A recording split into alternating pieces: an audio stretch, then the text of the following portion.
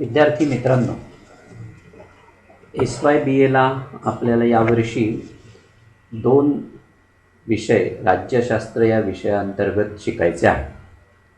त्याच्यामध्ये पेपर क्रमांक 2 मध्ये आपल्याला राजकीय सिद्धांतांचा अभ्यास करायचा आहे आणि पेपर क्रमांक 3 जो आहे तो लोकप्रशासन या विषयाच्या संदर्भामध्ये आहे.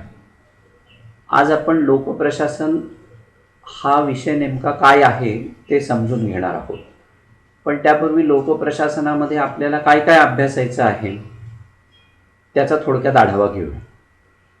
लोकप्रशासन हा विषय राज्यशास्त्रामध्ये अंतर्भूत करण्याचं मुख्य कारण काय, हाही एक महत्त्वाचा प्रश्न आहे. कारण प्रशासन ही आता तसं म्हणायला लागलं तर अनेक विद्यापीठांमधनं वेगळी विद्याशाखा म्हणून अस्तित्वात आलेली आहे जगामध्ये.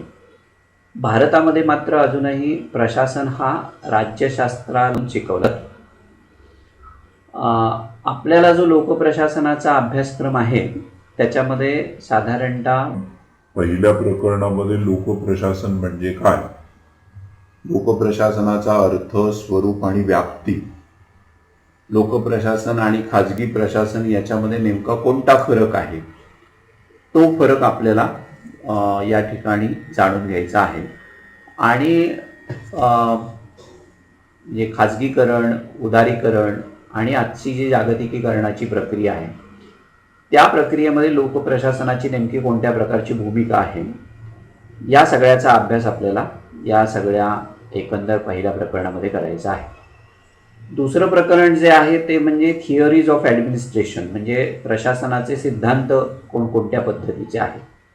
त्याच्यामध्ये प्रामुख्यानं आपल्याला सायंटिफिक मॅनेजमेंट थिअरी जी टेलरनं मांडलेली होती, शास्त्रीय व्यवस्थापनाचा सिद्धांत, त्याच्यानंतर मॅक्स वेबरनं मांडलेला नोकरशाहीचा सिद्धांत आणि एल्टन मेयोचा ह्युमन रिलेशन थिअरी म्हणजे मानवी संबंधांचा सिद्धांत, त्याचा अभ्यास आपल्याला दुसऱ्या प्रकरणामध्ये करायचा आहे. तिसरं प्रकरण जे आहे ते बेसिक प्रिन्सिपल्स आणि थिअरीज ऑफ ऑर्गनायझेशन अशा पद्धतीचं आहे. म्हणजे संघटनेची वेगवेगळी तत्त्व आणि वेगवेगळे सिद्धांत नेमके कोणकोणत्या पद्धतीचे आहेत.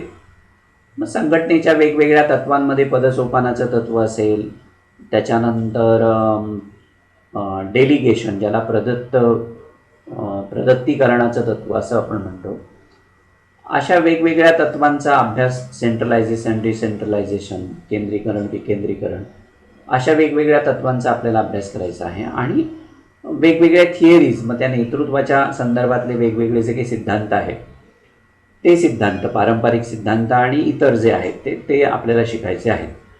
आणि मग शेवटचं जे प्रकरण आहे त्याच्यामध्ये टेक्निक्स म्हणजे आणि प्रॅक्टिसेस इन ॲडमिनिस्ट्रेशन, म्हणजे प्रशासनाची तंत्र कोणती आहेत आणि प्रशासनात म्हणजे कोणकोणत्या म्हणजे समकालीन अशा ज्या उपाययोजना आहेत त्यांचा आढावा आपल्याला घ्यायचा आहे. त्याच्यामध्ये गुड गव्हर्नन्स ही जी अलीकडच्या काळातली कल्पना आहे ती आपल्याला शिकायची आहे.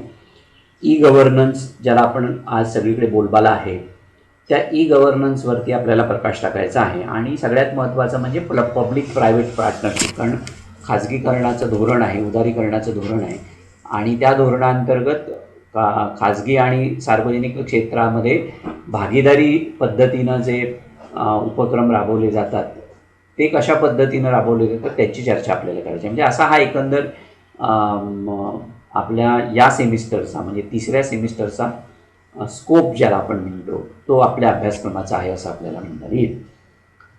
आपण सुरुवात करूया लोकप्रशासनाचा अर्थ आणि म्हणजे आजच्या भागामध्ये आपण लोकप्रशासनाचा अर्थ जाणून घेऊया. पण लोकप्रशासनाचा अर्थ जाणून घेण्याच्या आधी लोकप्रशासन म्हणजे काय ही संकल्पना आपल्याला अभ्यासावी लागेल. प्रशासन हा शब्दच मुळात अनेक अर्थांनी वापरला गेलेला आहे. म्हणजे काही वेळेला तो देशांच्या संदर्भामध्ये वापरला जातो, काही वेळेला एखाद्या व्यक्तीच्या संदर्भामध्ये वापरला जातो. आता उदाहरण सांगायचं झालं तर देशाच्या बाबतीमध्ये जेव्हा आपण विचार करतो तेव्हा भारतीय प्रशासन, अमेरिकन प्रशासन अशा पद्धतीनं आपण साधारणतः बोलतो. आणि व्यक्तींचं प्रशासन ज्यावेळेला आपण म्हणतो तेव्हा त्या मग व्यक्ती म्हणजे ज्या होऊन गेलेल्या असतात त्यांचं नाव त्या प्रशासनाला लागतं. उदाहरणार्थ पंडित नेहरूंचं प्रशासन, रेगनचं प्रशासन, इंदिरा गांधींचं प्रशासन, अटल बिहारी वाजपेयींचं प्रशासन, असं वेगवेगळ्या व्यक्तींच्या नामाविधानानं प्रशासनाकडे पाहिलं जातं. म्हणजे प्रशासन ही संकल्पना जी आहे ती आपल्याला नवीन आहे अशातला भाग नाही आहे. प्रशासन आपल्या रोजच्या व्यवहारामध्ये सुद्धा आहे. आता एखाद्या कुटुंबामध्ये जे रोजचे दैनंदिन व्यवहार चालतात त्याच्यामध्ये प्रशासन आहे. म्हणजे प्रशासन कुठे नाही अशातला भाग नाही आहे. म्हणजे आपल्या घरातल्या आई वडिलांना सुद्धा आपल्या कुटुंबाचं प्रशासन करावं लागतं, ॲडमिनिस्ट्रेशन करावं लागतं आणि ते ती जबाबदारी पार पाडत असतात. म्हणजे आपल्याकडे येणारी आय किती आहे आणि त्याचा व्यय किती आहे, म्हणजे येणारी रक्कम आणि खर्च होणारी रक्कम याचा ताळेबंद जो असतो तो प्रत्येक कुटुंब प्रमुखांना ठेवावा लागतो. आणि नुसती तेवढीच कामं असतात अशातला भाग नाही आहे. कुटुंबावरचं नियंत्रण असेल, कुटुंबाचं संगोपन करणं असेल, कुटुंबाचं पालनपोषण करणं असेल, म्हणजे ही सगळी कामं एका अर्थानं कुटुंबाच्या प्रशासनाची आहेत असं आपण म्हणूया, किंवा ते एका अर्थानं प्रशासन असतं असं आपल्याला म्हणता येईल. आणखीन थोडंसं वायडर स्कोपमध्ये जर बघायचं म्हटलं तर जेव्हा आपण मोठे होतो, मित्रमंडळींमध्ये म्हणजे जायला सुरुवात करतो, वेगळ्या संस्था संघटनांचा परिचय आपल्याला होतो, वेगवेगळ्या संस्थांमध्ये आपण जातो, तेव्हा तिथलं प्रशासन वेगळ्या पद्धतीचं असतं. आपण एखाद्या संस्थेत गेलो की अध्यक्ष असतो, उपाध्यक्ष असेल, खजिनदार असेल, सेक्रेटरी असेल, ते मॅनेज करत असतात ती संस्था. म्हणजे त्या एका अर्थानं ते त्या संस्थेचं प्रशासन असं आपण म्हणतो. साधं उदाहरण क्रिकेट खेळण्याचं असेल तर क्रिकेट खेळण्यासाठी सुद्धा प्रशासनाची गरज असते. म्हणजे कुठलाही खेळ, नुसतं क्रिकेट मी म्हणतो अशातला भाग नाही, कबड्डी असेल तर त्याचं सुद्धा प्रशासन केलेलं असतं. आता क्रिकेटचं उदाहरण आपण घेतलंय म्हणून आपण असं म्हणूया की त्याचं प्रशासन कशा पद्धतीचं आहे, किंवा कर्णधार कोण असेल, उपकर्णधार कोण असेल, किंवा फास्टर बॉलर कोण असतील, मिडियम पेसर कोण असतील, अष्टपैलू खेळाडू कोण असेल, ओपनिंग कुणी करायचं, बॅट्समन कोण असेल, किंवा मधल्या फळीत खेळणारे फलंदाज कोणत्या पद्धतीचे असतील, स्पिनर कोण असतील, विकेट किपर कोण असेल, प्रत्येकाचं काम ठरवून दिलेलं असतं आणि प्रत्येकजण ते काम करत असतो. म्हणजे असं कोणी विकेट किपर असं म्हणू शकणार नाही आज माझ्या मनात नाही विकेट किपिंग करणं आणि म्हणून मला बॉलिंग करायची आहे, तर तो तसं नाही करू शकत, कारण त्याचं काम ठरवून दिलेलं असतं. कारण ते जे काम असतं ते स्पेसिफिक आहे, तर म्हणजे त्यातली तज्ज्ञता जी असते ती त्यानं प्राप्त केलेली असते आणि अशी सगळी लोक एकत्र येत असतात आणि तो खेळ खेळत असतात, तेव्हा त्यांचं प्रशासन निर्माण होत असतं. म्हणजे या अर्थानं आपण प्रशासनाकडे बघायला पाहिजे, हा एक महत्त्वाचा भाग आपल्याला त्यातला म्हणता येईल. आता प्रशासनाची ही जर कल्पना बऱ्यापैकी आपल्या म्हणजे लक्षात आली असेल तर मग आज प्रत्येक राष्ट्राला प्रशासनाची गरज असते इथपर्यंत आपण येऊन पोहोचू शकू. म्हणजे जसं खेळामध्ये प्रशासनाची गरज आहे, कुटुंबामध्ये प्रशासनाची गरज आहे, समाजातल्या वेगवेगळ्या संस्थांमध्ये प्रशासन असतं, तसंच प्रत्येक देशाचंही प्रशासन असतं, प्रत्येक राष्ट्राचं प्रशासन असतं. आणि प्रशासनाला आज फार महत्त्व प्राप्त झालेलं आहे. याचं कारण असं आहे की आजचा कालखंडच वेगळ्या पद्धतीचा आहे. कारण मानवी जीवनाचा विकास करणं आणि ते जीवन जगत असताना उत्तमातलं उत्तम शोधण्याचा प्रयत्न करणं ही मानवी जीवनाची एकंदर वाटचाल ठरलेली आहे. अश्मयुगापासून अणुयुगापर्यंतची आत्तापर्यंतची जी माणसाची वाटचाल आहे त्याला आपण साधारणतः नागरी संस्कृतीची वाटचाल असं म्हणतो. आणि मग ही जी नागरी संस्कृतीकडे होणारी जी वाटचाल आहे, या वाटचालीमध्ये प्रशासन हा महत्त्वाचा भाग ठरलेला आहे. प्रत्येक देशाच्या दृष्टिकोनातून प्रशासनाला महत्त्व प्राप्त झालेलं आहे. आधुनिक कालखंडामध्ये कल्याणकारी राज्याची कल्पना बहुतांश राज्यांनी स्वीकारली आणि त्यामुळे प्रशासनाला फार मोठं महत्त्व प्राप्त झालेलं आहे. विशेषतः दुसऱ्या महायुद्धानंतर जगाचा नकाशा बदलला. आफ्रिका, आशिया आणि लॅटिन अमेरिका खंडामध्ये अनेक देश स्वतंत्र झाले, वसाहतवादाचा अंत झाला, साम्राज्यवादाचा अंत झाला आणि अनेक देश जगाच्या नकाशावरती आले. आज जवळपास 200च्या आसपास जगामध्ये देश आहेत आणि त्यामुळे या सगळ्या देशांना आपापलं प्रशासन सांभाळावं लागतं आणि ते त्याचं नियंत्रण करावं लागतं. या दृष्टिकोनातून प्रशासनाला आज महत्त्व प्राप्त झालंय असं आपल्याला म्हणता येईल. एक कालखंड असा होता, पूर्वीच्या काळी राज्याची कामं मर्यादित होती. म्हणजे राज्याची कल्पनाच पोलिसी राज्याची होती. आता पोलिसी राज्य म्हणजे काय? तर पोलिसी राज्याची दोनच महत्वाची कामं होती. एक म्हणजे अंतर्गत कायदा आणि सुव्यवस्था सांभाळणं, म्हणजे आपल्या राज्यांतर्गत असलेल्या नागरिकांमध्ये कोणत्याही प्रकारची बंडाळी होणार नाही याची दक्षता घेणं. आणि दुसरं म्हणजे परकीय आक्रमणापासून आपल्या राज्यातल्या नागरिकांचं रक्षण करणं. ही दोनच कामं पूर्वीच्या प्रशासनाला करावी लागत होती. म्हणजे पूर्वीच्या प्रशासनाचं साधं उदाहरण द्यायचं झालं तर असं सांगितलं जातं की मुघल सम्राट जे होते त्यांना उन्हाळ्यामध्ये गार पाणी प्यावं लागायचं, म्हणून ते हिमालयातनं बर्फ मागवत होते. जनतेला पाणी मिळो किंवा न मिळो त्याच्याशी राज्यकर्त्यांना देणं घेणं नव्हतं.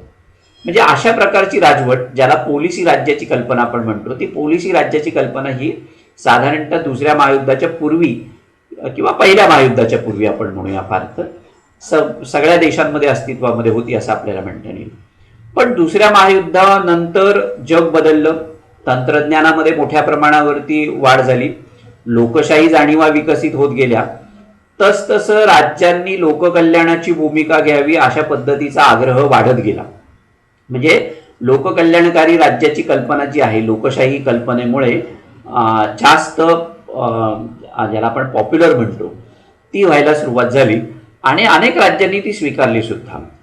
म्हणजे प्रत्येक काम जे आहे माणसाचं ते राज्यानं आपल्या डोक्यावरती घेतलं एका अर्थानं असं म्हणायचं झालं. लोककल्याणकारी राज्य म्हणजे काय? तर माणसाच्या जीवनामध्ये प्रशासनाचा हस्तक्षेप मोठ्या प्रमाणावरती वाढलेला आहे. आज आपल्या जीवनामध्ये प्रशासन कुठे नाहीये, सगळ्या गोष्टींमध्ये प्रशासन असलेलं आपल्याला दिसतं. ही वस्तुस्थिती आहे. आत्ताची जी परिस्थिती आहे महामारीची, कोविड-19ची, त्याच्यामध्ये सुद्धा प्रशासनाच्याच संदर्भातली चर्चा तुम्हाला टीव्हीवरती किंवा वृत्तपत्रांमधल्या बातम्यांमधनं दिसत असेल. म्हणजे एखाद्या शहरामध्ये ह्याचे रुग्ण वाढले, कोरोनाचे रुग्ण वाढले, तर ते मग त्या प्रशासनाचं अपयश ठरवलं जातं. तिथल्या अधिकाऱ्यांच्या बदल्या करा अशा पद्धतीची मागणी होते. लॉकडाऊन कुठे करायचं नाही याविषयीचे जे काही निर्णय असतात ते प्रशासकीय अधिकाऱ्यांना घ्यावे लागतात. म्हणजे एकंदर नागरिकांच्या सुरक्षेची काळजी, नागरिकांच्या आरोग्याची काळजी हा प्रशासनाचा भाग झालेला आहे. म्हणजे कुठे प्रशासन नाही अशातला भाग नाही. म्हणजे मी नेहमी असं म्हणतो की आजच्या प्रशासनाची एकंदर अवस्था अशी आहे की माणसाच्या जन्मापासून ते माणसाच्या मृत्यूपर्यंत प्रत्येक ठिकाणी आपल्याला प्रशासन जाणवतं. म्हणजे कुठे प्रशासन नाही आज. आज जन्म मृत्यूची नोंद करावी लागते, त्याचे दाखले आपल्याला मिळवावे लागतात. म्हणजे माणसाचा जन्म अमुक तारखेला झाला, माणसाचा मृत्यू अमुक तारखेला झाला याची नोंद ठेवावी लागते आणि ती नोंद प्रशासन ठेवतं. हे लक्षात घ्या. पूर्वी अशाही कोणत्याही पद्धतीचे नोंदी ठेवल्या जात नव्हत्या आणि त्या ठेवल्या जात असतात तर रामाचा जन्म केव्हा झाला हे याच्यावरून वाद झाले नसते आपल्या राजकारणामध्ये. ही वस्तुस्थिती आहे. त्यामुळे जन्म मृत्यूची नोंद म्हणजे माणसाच्या जन्मापासून ते माणसाच्या मृत्यूपर्यंत प्रत्येक ठिकाणी प्रशासन आहे. बरं, माणसाच्या अपेक्षा प्रशासनाबद्दलच्या इतक्या वाढलेल्या आहेत की प्रत्येक गोष्ट प्रशासनानं करावी, कुठली गोष्ट करू नये. आज जर तुम्ही टीव्ही, रेडिओ किंवा वृत्तपत्रातल्या बातम्या जर वाचत असाल तर या जागतिक महामारीमुळं जे संकट आलं त्या संकटामुळे सर्व प्रकारचं चलनवलन थांबलं लॉकडाऊनच्या परिस्थितीमध्ये. मग अशा वेळेला प्रत्येक घटक जो आहे तो प्रत्येक घटक राज्याकडे मागणी करतोय की आम्हाला काहीतरी नुकसान भरपाई द्या. वीज बिलं जास्त आली की लोक ओरडतात की आम्हाला वीज बिलं माफ करा, घरपट्ट्या, पाणीपट्ट्या त्याच्यामध्ये सवलत द्या, किंवा सरकारकडनं अपेक्षा करतायत की आम्हाला रेशन मिळालं पाहिजे. मजुरांना इकडून तिकडे नेण्यासाठी जी वाहतूक व्यवस्था लागते आहे ती सुद्धा राज्यानं उपलब्ध करून दिली पाहिजे. म्हणजे ती राज्याची जबाबदारी आहे आणि राज्याने ती पेलली पाहिजे अशी आपली अपेक्षा आहे सगळ्यांची. म्हणजे मोफत अन्नधान्य मिळालं पाहिजे, मोफत वीज उपलब्ध झाली पाहिजे, मोफत पाणी पुरवठा आपल्याला झाला पाहिजे, सगळं काही मोफत मिळालं पाहिजे अशा पद्धतीची जी भूमिका आहे ती अलीकडच्या कालखंडामध्ये आपल्याला दिसते. आणि त्यामुळे प्रशासनाचा हस्तक्षेप माणसाच्या जीवनामध्ये मोठ्या प्रमाणावरती निर्माण झाला. म्हणजे आपल्याला कळत सुद्धा नाही की प्रशासन किती हस्तक्षेप करतं आपल्या जीवनामध्ये. म्हणजे आज इतकी परिस्थिती आहे की उघड्यावरती शौचाला जाऊ नका असं प्रशासनाला सांगावं लागतं. इतका प्रशासनाचा हस्तक्षेप हा मानवी जीवनामध्ये झालेला आहे. म्हणजे हे सांगण्याची काही आवश्यकता आहे प्रशासनाला अशातला भाग नाही आहे, पण आज प्रशासनानं ते काम आपलं म्हणून स्वीकारलेलं आहे. कारण लोकांची काळजी घेणं हेच तर प्रशासनाचं मुख्य काम आहे. आणि म्हणून मी जे म्हणतो की माणसाच्या जन्मापासून ते माणसाच्या मृत्यूपर्यंत कुठे प्रशासन नाहीये. बाळ जन्माला यावं, ते मोफत जन्माला यावं म्हणून सरकारी दवाखान्यांची उपलब्धता केली पाहिजे, म्हणजे ते काम सरकारने करावं. बरं, बाळ जन्माला आल्यानंतर तरी प्रशासनाचं काम संपतं का, तर नाही संपत. त्याला मोफत औषध पुरवठा झाला पाहिजे, ते थोडं ते सुदृढ असलं पाहिजे म्हणून पोषण आहार दिला पाहिजे. मग त्याच्या अंगणवाडी, बालवाडी, शाळांची व्यवस्था केली पाहिजे, महाविद्यालयांची व्यवस्था केली पाहिजे. बरं, एवढं सगळं करून त्याला नोकरी धंदा मिळाला पाहिजे. म्हणजे नाही, नोकरी मिळण्यासाठी एम्प्लॉयमेंट एक्सचेंज स्थापन करायला पाहिजे. नसेल नोकरी मिळत तर त्याला व्यवसाय काहीतरी करता आला पाहिजे म्हणून बँकांची सोय करावी लागते. त्याच्या आयुष्याला हमी द्यायला पाहिजे म्हणून विमा व्यवसाय सरकारला अधिग्रहित करावा लागतो किंवा सरकार त्याच्यामध्ये लक्ष घालतं. कुठे सरकार नाहीये. प्रत्येक ठिकाणी सरकार आहे, प्रत्येक ठिकाणी प्रशासन असलेलं आपल्याला दिसतं. बरं, ही सगळी म्हणजे आपली तर अपेक्षा इतकी आहे की रस्त्यावरून चालताना पोटातलं पाणी हलता कामा नये अशा प्रकारची अवस्था, म्हणजे अशा प्रकारची मानसिकता आपल्या सगळ्या लोकांची झालेली आहे. त्यामुळे आपण ह्या सगळ्या गोष्टींवरती प्रशासनावरती अवलंबून राहतो आहोत. त्यामुळे प्रशासन हा माणसाच्या जीवनाचा एक अविभाज्य भाग बनलेला आहे. आणि एवढंच नव्हे तर माणूस मेल्यानंतर सुद्धा प्रशासन आहे. कुठे प्रशासन नाही असत. मगाशी मी म्हटलं, मृत्यूची नोंद प्रशासनातच घालायला लागते. म्हणजे तुमच्या स्थानिक ग्रामपंचायत, नगरपंचायत, नगरपालिका, महानगरपालिकेमध्ये जाऊन ती नोंद घालावी लागते. परत त्याचे दाखले जे असतात ते विविध ठिकाणी उपयोगाला येत असतात. आणि म्हणून मृत्यूनंतर सुद्धा प्रशासनाचा पिच्छा म्हणजे संपतो असं काही आपल्याला दिसत नाही. मृत्यू सुद्धा म्हणजे ती सुद्धा जागा, ज्याला वैकुंठ भूमी आपण म्हणतो, ती सुद्धा शासनानं उपलब्ध करून दिली पाहिजे अशी आपली भूमिका असते. म्हणजे ती सुद्धा सुंदर असली पाहिजे. मेलेल्या माणसाला कळत नाही, पण तिथे सुद्धा सगळ्या प्रकारच्या सुविधा असल्या पाहिजेत. बाग असावी, शेड असावी, पाण्याची सुविधा असावी, अशा आपल्या अपेक्षा आहेत. रस्ता चांगला असावा आणि प्रशासनानं ते केलं पाहिजे, ही भूमिका आपली त्याच्यामध्ये असते. म्हणजे माणसाच्या जन्मापासून ते माणसाच्या मृत्यूपर्यंत, म्हणजे अगदी पाळण्याच्या दोरीपासून, म्हणजे ती किती लांबवायची हे सुद्धा शासन सांगतं. म्हणजे नसबंदीचे जे काही कार्यक्रम असतात ते सुद्धा शासन आपल्या डोक्यावरती घेऊन बसलं. म्हणजे हे खरं तर सांगायची गरज, म्हणजे शासन कुठपर्यंत आपल्या मानवी जीवनामध्ये शासनाचा हस्तक्षेप कुठपर्यंत आहे याचं उत्तम उदाहरण ते आहे की खरं तर हे दोन म्हणजे सेगमेंटमधला खरा तर तो विषय असतो. पण तरी सुद्धा शासन प्रबोधन करतं की किती पाळण्याची दोरी लांबवायला पाहिजे. पाळण्याच्या दोरीपासून ते स्मशानाच्या भूमीपर्यंत प्रत्येक ठिकाणी प्रशासन ही संकल्पना आपल्याला असलेली दिसते. त्यामुळे आधुनिक जी राज्य आहेत, लोकशाही राज्य, ह्या राज्यांमध्ये प्रामुख्यानं प्रशासनाला जास्त महत्त्व आहे. कारण प्रशासनामध्ये कल्याणकारी भूमिका राज्यांनी स्वीकारलेली आहे. आणि त्यामुळे प्रत्येक देशाचं प्रशासन हे महत्त्वाची भूमिका बजावते. आणि म्हणून आपल्याला अभ्यासक्रमामध्ये सुद्धा लोकप्रशासनाचा म्हणजे समावेश करण्यात आलेला आहे. त्याचं कारण ते आहे. म्हणजे एका बाजूला राजकीय नेते निर्णय घेत असतात आणि त्या निर्णयांची अंमलबजावणी करण्याचं काम प्रशासकीय अधिकारी करत असतात. त्याला आपण प्रशासन असं म्हणतो. म्हणजे राजकारण आणि प्रशासन या दोन्ही एकाच नाण्याच्या दोन बाजू आहेत असं आपल्याला म्हणता येईल. असं म्हटलं जातं बऱ्याच वेळेला की जिथे राजकारण संपतं तिथे प्रशासन सुरू होतं. म्हणजे राजकीय नेत्यांनी निर्णय घ्यायचे, म्हणजे आपण ज्यांना निवडून देतो त्या सगळ्यांनी राजकारण करायचं, तिथे निर्णय घ्यायचे आणि त्या निर्णयांची अंमलबजावणी करण्याचं जे काम आहे ते काम प्रशासकीय प्रमुखांनी करायचं असतं. त्यामुळे प्रशासन आणि राजकारण या हातात हात घालून जाणाऱ्या दोन संकल्पना आहेत असं आपल्याला म्हणता येईल. मग लोकप्रशासन ही जी संकल्पना आहे, ही संकल्पना समजून घेण्याच्या आधी प्रशासन म्हणजे नेमकं काय ते आपण समजून घेऊ. म्हणजे संकल्पनात्मक पातळीवर ऍडमिनिस्ट्रेशन हा शब्द जो आहे तो इंग्रजी, म्हणजे प्रशासनाला असलेला इंग्रजी पर्यायी शब्द जो आहे तो, म्हणजे ऍडमिनिस्ट्रेशन हा शब्द ऍडमिनिस्ट्रेयर या शब्दापासून निर्माण झालेला आहे. ॲड अधिक मिनिस्ट्रियर या लॅटिन शब्दापासून ॲडमिनिस्ट्रेशन या शब्दाची उत्पत्ती झाली असं म्हटलं जातं.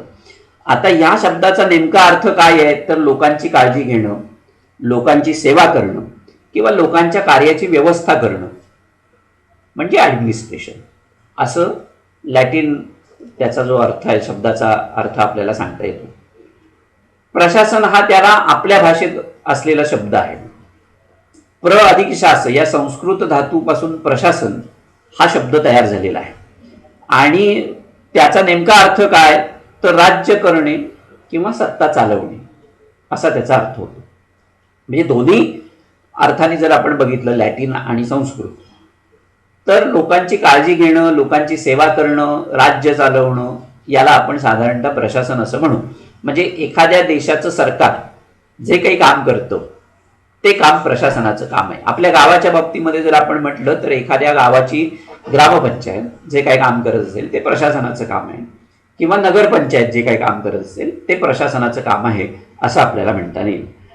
आता ह्या प्रशासनाची व्याख्या करण्याचा प्रयत्न अनेक विचारवंतांनी केला, अनेक प्रशासकीय तज्ज्ञांनी केलेला आपल्याला दिसतो. त्याच्यामध्ये एल.डी. व्हाईट नावाचा एक विचारवंत होता. एल.डी. व्हाईट असं म्हणत होता की एखादा हेतू साध्य करण्यासाठी अनेक व्यक्तींचं संचालन, संयोजन आणि नियंत्रण करणं म्हणजे प्रशासन. बघा, एखादा निश्चित हेतू साध्य करण्यासाठी अनेक व्यक्तींचं संघटन, संचालन आणि नियंत्रण करणं म्हणजे प्रशासन करणं. मगाशी मी जे म्हणत होतो क्रिकेटच्या टीमचं उदाहरण दिलं होतं की अनेक व्यक्ती एकत्र येतात आणि त्या व्यक्तींचं तिथे संचालन केलं जातं. म्हणजे तिथे त्याचे काही नियम, कायदे, कानून जे असतात ते ठरलेले असतात. मगाशी मी म्हटलं तसं की बॉलर कोण असेल, बॉलर्समध्ये सुद्धा वेगवेगळे faster bowler, medium pacer, spinner कोण असतील, अष्टपैलू खेळाडू कोण असतील, ऑलराऊंडर ज्याला आपण म्हणतो ते, विकेट किपर कोण असेल, बॅट्समन कोण असतील.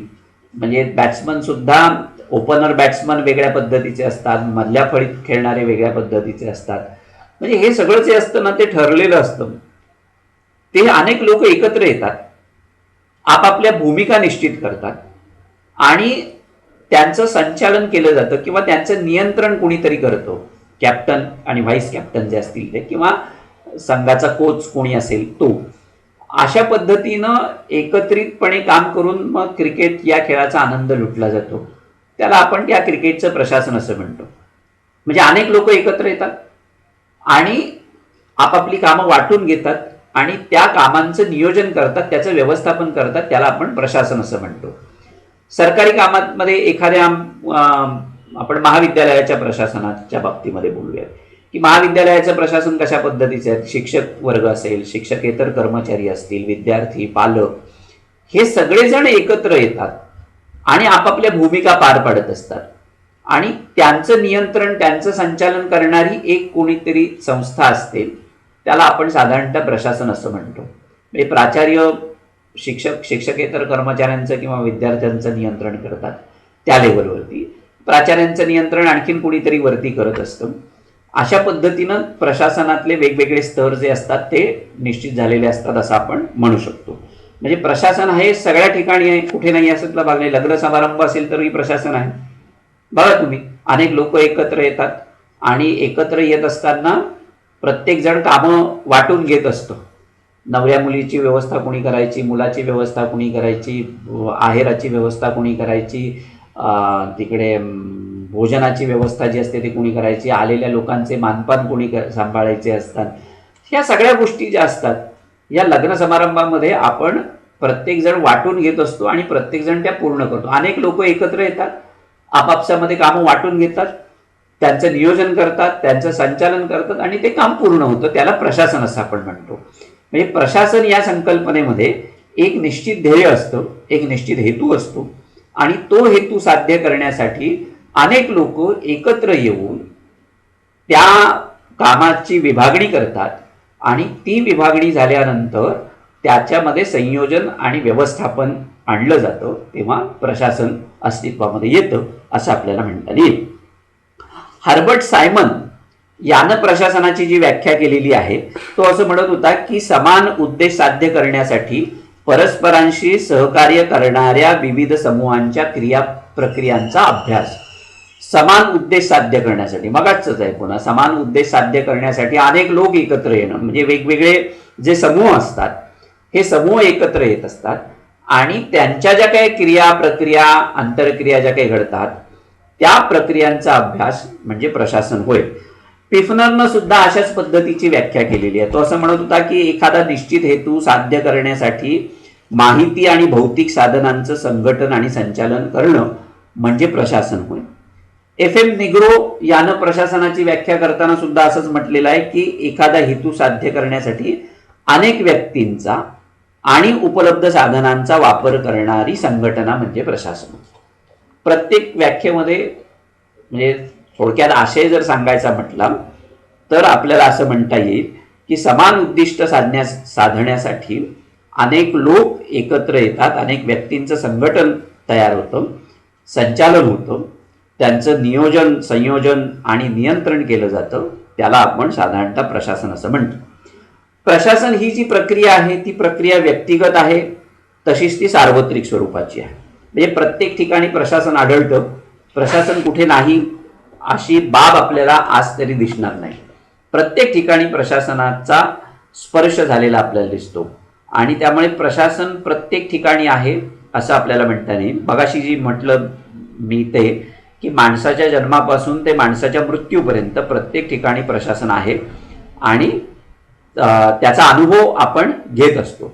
आणि मगाशी मी म्हटलं त्या पद्धतीनं मग प्रशासनाचा उल्लेख जो आहे तो वेगवेगळ्या पद्धतीने केला. कोणी व्यक्तिगत प्रशासन म्हणून एखाद्या नेत्याचं पंडित नेहरूंचं प्रशासन, जे म्हणजे केनेडींचं प्रशासन, रुझवेल्टचं प्रशासन, अशा पद्धतीनं प्रशासनाला बिरुदावली लावली जाते. तसंच एखाद्या देशाचं प्रशासन म्हणजे भारतीय प्रशासन, राज्याचं प्रशासन, महाराष्ट्राचं प्रशासन, गुजरातचं प्रशासन, अशा पद्धतीनं सुद्धा प्रशासनाकडे साधारणतः बघितलं जातं. पण आज ज्याला आपण प्रशासन म्हणतो त्या प्रशासनामध्ये लोककल्याणाच्या हेतूनं राज्याकडून जी सगळी कामं केली जातात त्या सगळ्या कामांचा समावेश प्रशासनामध्ये होतो. वाहतूक व्यवस्था असेल, टपाल व्यवस्था असेल, आरोग्य व्यवस्था असेल, शिक्षण व्यवस्था असेल, संरक्षण व्यवस्था असेल, अर्थव्यवहार असतील, टाकसाळी असतील, बँका असतील, विमा व्यवसाय असेल, सगळीकडे प्रशासन असलेलं आपल्याला दिसतं.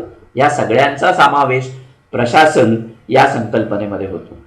आता प्रशासनाचे दोन दृष्टिकोन आहेत. त्याचं स्वरूप जर बघायचं म्हटलं तर दोन दृष्टिकोन आहेत.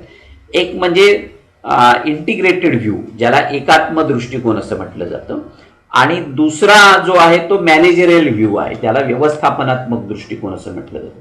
प्रशासनाचा अभ्यास करणारे जे विचारवंत होते त्या विचारवंतांमध्ये असे मतभेद होते, दोन दृष्टिकोन, की प्रशासनाचा अभ्यास करताना नेमकं कोणकोणत्या गोष्टींचा अभ्यास केला पाहिजे. एकात्म दृष्टिकोनाचा पुरस्कार करणारे जे विचारवंत होते त्याच्यामध्ये LD व्हाईट होता आणि हेनरी फेवाल होता, FM मार्क्स त्याच्यामध्ये होता. मग ह्या लोकांचं असं म्हणणं होतं की प्रशासनामध्ये सगळ्या प्रकारच्या ज्या गोष्टी सामावलेल्या आहेत त्या सगळ्यांचा समावेश त्याच्यामध्ये व्हावा, म्हणजे मानवी मानवेतर अशा दोन्ही घटकांचा समावेश त्याच्यामध्ये व्हावा, अशा पद्धतीची भूमिका ही एकात्म दृष्टिकोन मांडणाऱ्या विचारवंतांनी केलेली आहे. म्हणजे सर्वांगीण अभ्यास प्रशासनाचा, अगदी वरच्या अधिकाऱ्यापासून खालच्या अधिकाऱ्यापर्यंत प्रशासनामध्ये जे सगळे मानवी व्यवहार क्रिया प्रक्रिया घडतात त्या सगळ्यांचा समावेश प्रशासनामध्ये व्हावा, अशा पद्धतीचा हा दृष्टिकोन आहे. आणि त्याच्यात शिपायाच्या कामाला सुद्धा काम सुद्धा त्याच्यामध्ये अंतर्भूत केलेलं आहे. म्हणजे एकात्म दृष्टिकोन हा असा सर्वव्यापी आहे आणि म्हणून त्याला इंटिग्रल असं म्हटलं जातं. व्यवस्थापनात्मक दृष्टिकोनाचा पुरस्कार करणारे जे विचारवंत होते, हर्बर्ट सायमन, स्मिथबर्ग, थॉम्सन, ल्युथर गुलिक, ऑडवेटिड सारखे विचारवंत, की यांचं म्हणणं असं होतं की प्रशासनाचं काम हे व्यवस्थापनाचं आहे, म्हणजे ते कुणीतरी करून घेतं. संयोजन नियोजन हे जे नियंत्रण ठेवणं, ही जी कामं आहेत ती प्रशासनाची कामं आहेत, व्यवस्थापनाची कामं आहेत. म्हणजे प्रशासनामध्ये जे वरचे अधिकारी असतात ते ह्या खालच्या अधिकाऱ्यांचं संयोजन नियंत्रण व्यवस्थापन करत असतात, त्यांचं संचालन करत असतात. केवळ तेवढ्याच भागाचा प्रशासनामध्ये अभ्यास केला जावा अशा पद्धतीची मांडणी ही व्यवस्थापनात्मक दृष्टिकोन स्वीकारणाऱ्या विचारवंतांनी केलेली आहे. त्यामुळे प्रशासनामध्ये हे दोन दृष्टिकोन अभ्यासाचे आपल्याला साधारणतः दिसतात. एक म्हणजे सर्वव्यापी दृष्टिकोन आणि दुसरा म्हणजे व्यवस्थापनात्मक दृष्टिकोन, एकात्मक दृष्टिकोन किंवा व्यवस्थापनात्मक दृष्टिकोन. आता ह्या दोन दृष्टिकोनांपैकी कोणता दृष्टिकोन योग्य आहे आणि कोणता अयोग्य आहे याच्या वादात आपण न जाता हे दोन्ही दृष्टिकोन एका अर्थाने योग्य आहेत असं आपण म्हणूया. कारण प्रशासनातल्या सगळ्या कामांचा समावेश म्हणजे प्रशासनामध्ये ज्या मानवेतर ज्या काही घडामोडी होतात त्या सगळ्यांचा समावेश प्रशासनामध्ये व्हावा या दृष्टिकोनातून प्रशासनाकडे बघणं हे सगळ्यात जास्त महत्त्वाचं ठरेल. आता मग आपण लोकप्रशासनाकडे म्हणजे जाऊ. लोकप्रशासन कशाला म्हणायचं, लोकप्रशासनाचा अर्थ काय आहे आणि लोकप्रशासनाचं नेमकं स्वरूप कशा पद्धतीचं आहे त्याचा आपण पुढल्या भागामध्ये विचार करू.